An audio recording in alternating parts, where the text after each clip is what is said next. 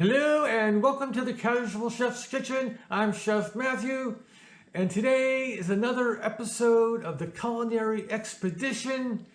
Today we're in Uzbekistan, where I'll be preparing Dimlama, which is a stewed and vegetable and meat kind of a stack. Let's get to it. I've got some hot oil going on here in the Dutch oven. I'm going to add some pork. I've changed this out because honestly the prices of beef are just getting a little crazy. Now that the pork is browned, we're going to add a whole sliced onion.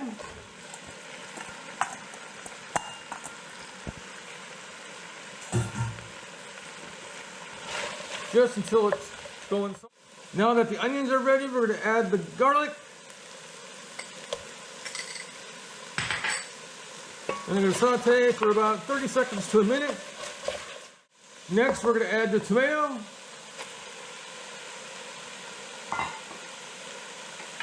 And the cumin. The sweet paprika. Some sea salt. And some black pepper.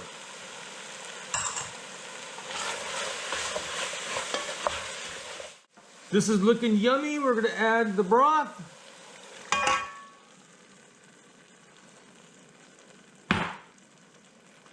Scraping the bottom for any bits of flavor. Okay, now the layering begins. I'm going to begin with carrots. So I'm going to do a layer of carrots. Then a layer of potatoes.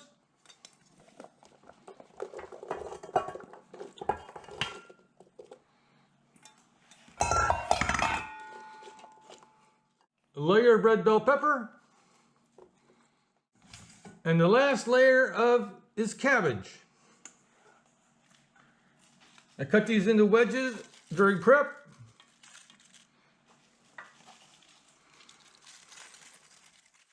Now that the last layer is in place of the cabbage, I'm going to put it on low for a simmer for 1 hour and 15 minutes.